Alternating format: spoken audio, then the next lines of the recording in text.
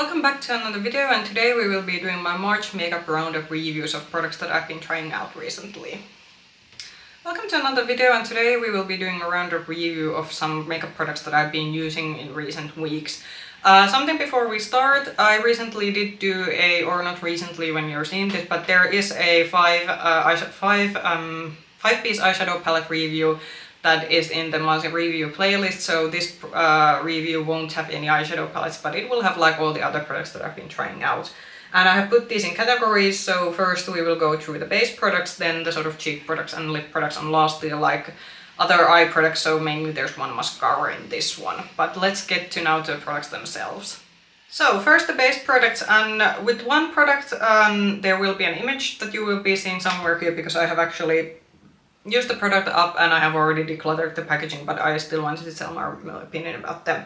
But first let's get to the products that I do have. So first one is a foundation, now I have to look at the name. So Instamoisture foundation by Kiko Milano, so it's this one.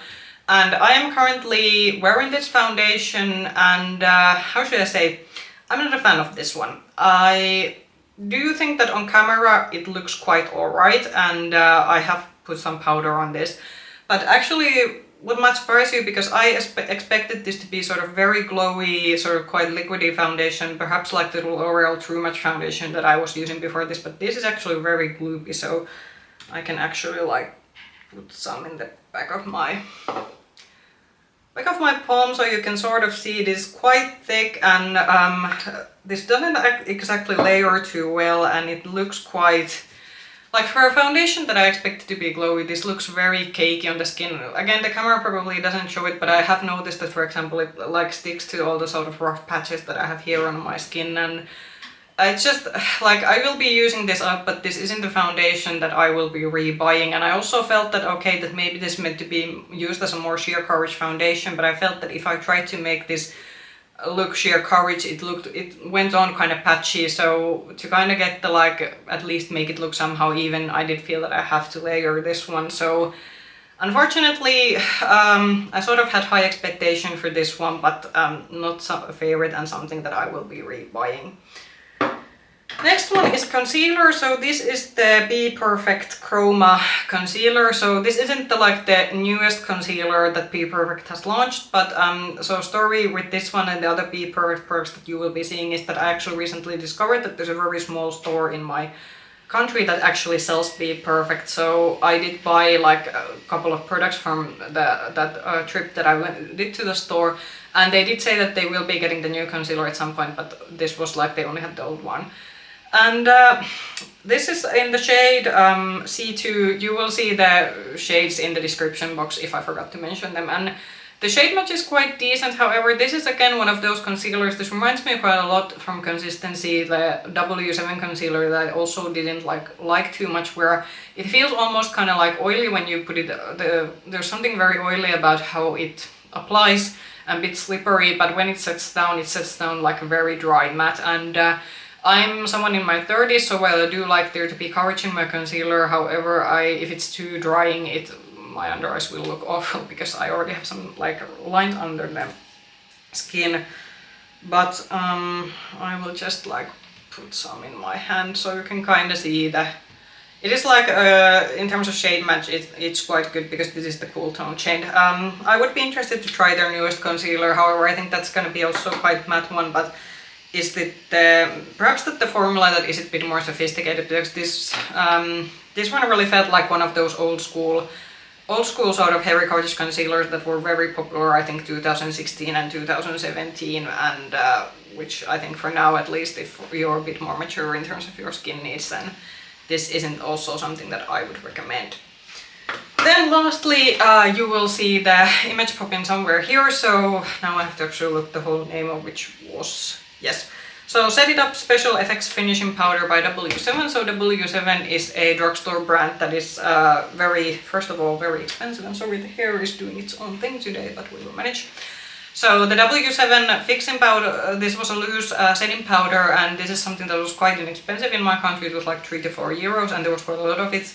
And I think for a drugstore powder this was quite decent. Like, it's not the best drugstore powder I've ever tried, however I have the experience with many like drugstore loose powders that immediately when you open the sort of packaging, it goes like everywhere, like you open a sack of flour or something. So this one didn't have like that kind of an effect. And I do feel that it didn't like, it kept my oils at bay quite well, because I'm someone who still has a bit more oily skin, even though it's not as oily as it used to be. But still, so it did keep the oils at bay, and I do feel that it didn't make my skin like super dry or anything. But I think if you're looking for a good setting powder at a drugstore, like, this is a nice option. Like, it's not the best thing under the sun, but definitely gets the job done. So let's next get to some cheek products, and we have a lot. So let's first go to the BPerfect stuff that I got, so aside from the concealer. So I bought one of their first blushes, so this is the Scorched blush in the shade Melt. And if you're hearing any noise in the background, that's my husband vacuuming, so sorry about the noise. So here it looks like, and this is actually the blush I'm wearing right now, and this is if you like a glowy blush. There isn't like glitter sparkles in this one, but it is more like a glowy effect when you put it on your cheeks. And I actually do like this one. I think like for the price, this was I think around 18 or 16 euros that I paid for it. So I could have maybe gotten it cheaper if I ordered it from BeautyPay, but at least I was able to get it in store, so I was able to immediately get it with me.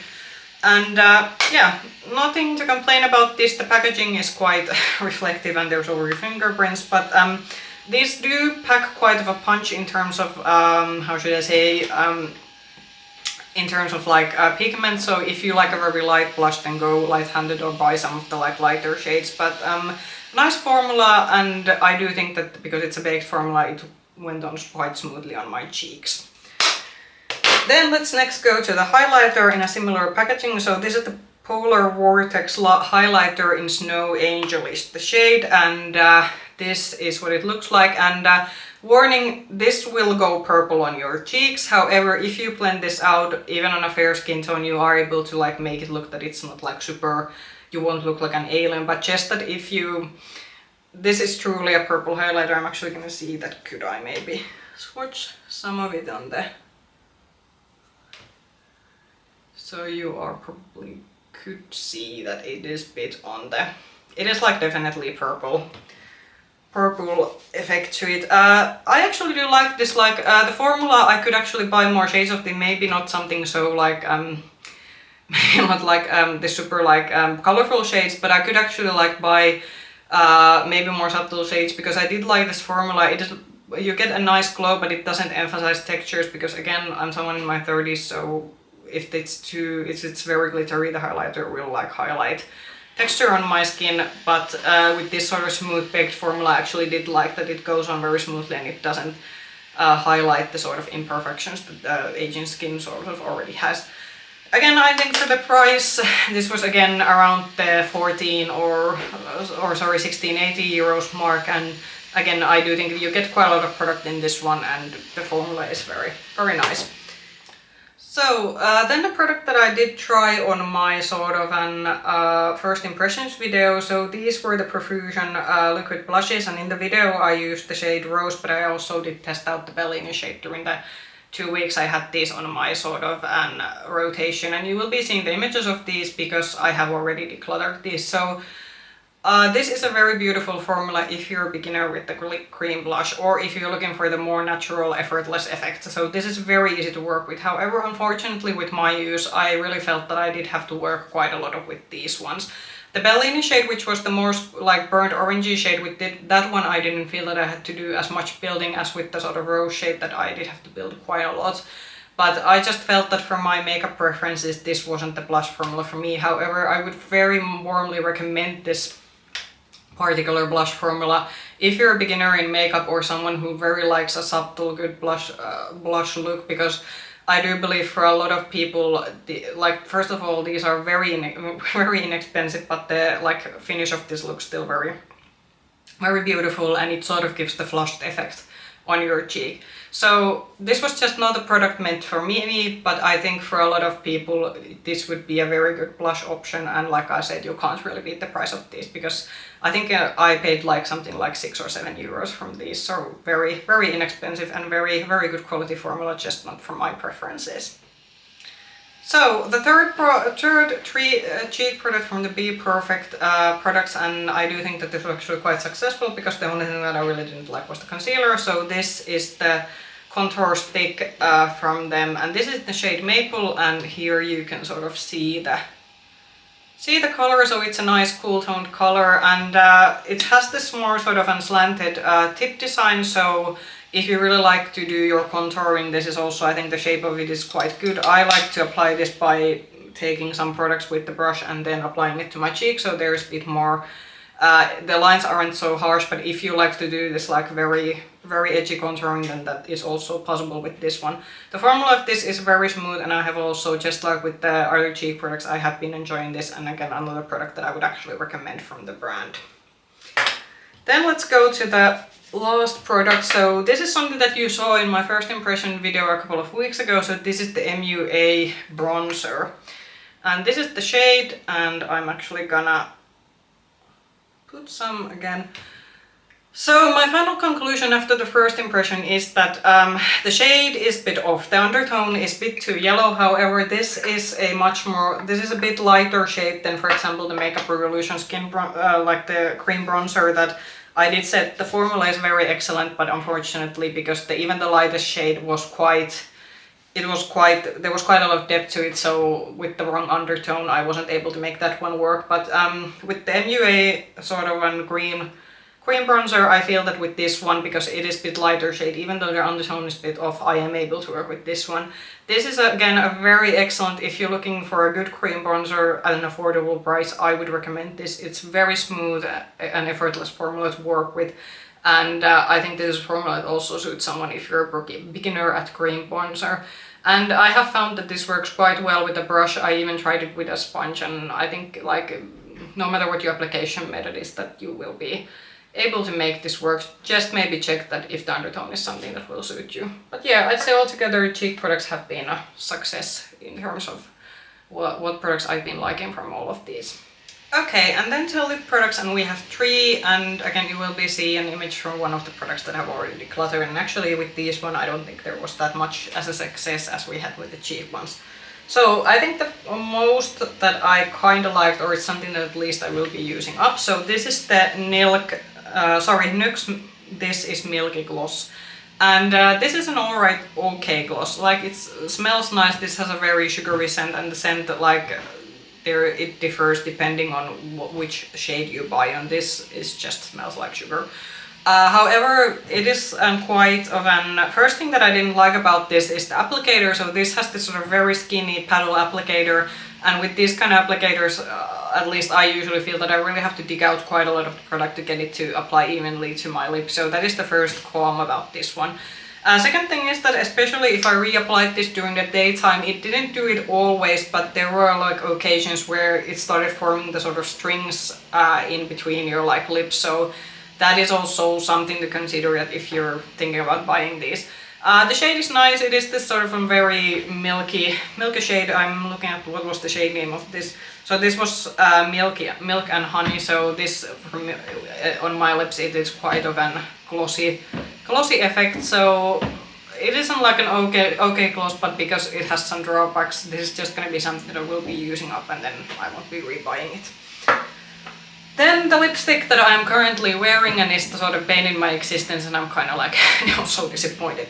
So this is the Makeup Revolution, and these are... the shade is Queen Pink.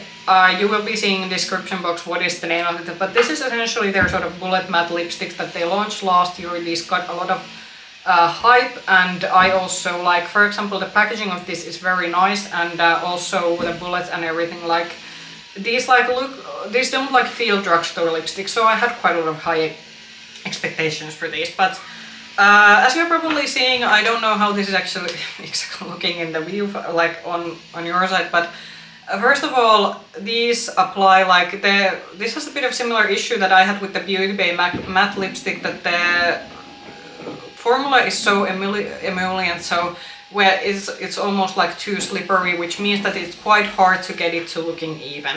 And that is kind of like, especially like with this shade, I felt that because it's quite hard to making it look even, it just takes quite a lot of effort to make this like look nice. And other thing that's not the lipstick's fault, this shade is a bit too light for me, so, and the undertone of it is a bit off for me, so that's why I think it looks like I made the comparison, it looks like a bit of an piggy shade for me, but yeah.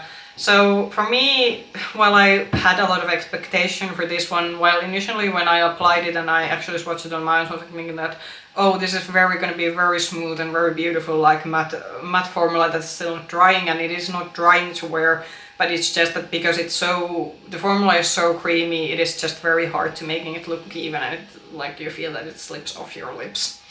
So probably this is going to be getting decluttered after I filmed this video.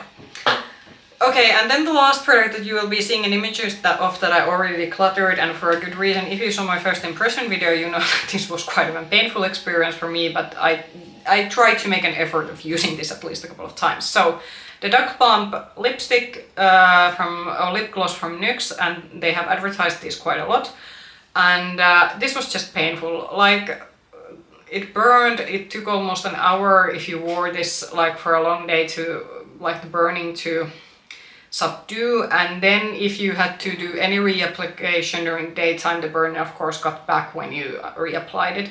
The shade I had, it was a nice mauve shade, and I did like the shade, and I did actually like, I don't think the lip product make my lips look plumper, but it did make them look a bit smoother, so I did kind of like the result that this gave on my lips, but this was just too painful to wear. And if you have sensitive, like, this feels literally like you had chili on your lips, and it just isn't a nice experience. So if you like this sort of plumping painful glosses, then yeah, okay, maybe, but other than that, if you have sensitive lips or just don't like feeling uncomfortable, then please don't buy these. Okay, so the last of the product of this video. So this is the Loreal Panorama mascara that I've been wearing for now almost a month actually, now that I'm thinking about it. And this is actually the mascara that I'm currently wearing, and this is again how the wand looks like. And I think my opinions from the first impressions haven't really changed. Like I said on that video, the brushes are very spiky, so anyone who has sensitive eyes, beware when you use this. But I do like the lengthening and separation effect. On my eyes or my sort of lashes, I would also need the mascara to be more volumizing. This really doesn't give you the volume, but if you're looking for a good separating and lengthening mascara, then I do think this is a very, very nice and good option on the drugstore. And overall, like, I'm not probably gonna buy this again because I am a person who kind of needs more volume to their lashes, but if you are someone who especially wants your length and separation, then this is a very, very good option to look into. So those were all the products that I had to go through today. Comment down below, have you been trying any of these and what did you like about them, or what have been sort of other products that you have been trying out lately and liking. If you like this video, then push the like button and subscribe to the channel, and if you want to get notifications from future videos, then ring the bell button. You can also find me with the same nickname, Makeup Hedgehog, on Instagram. I hope I will be seeing you in another video soon. Bye bye!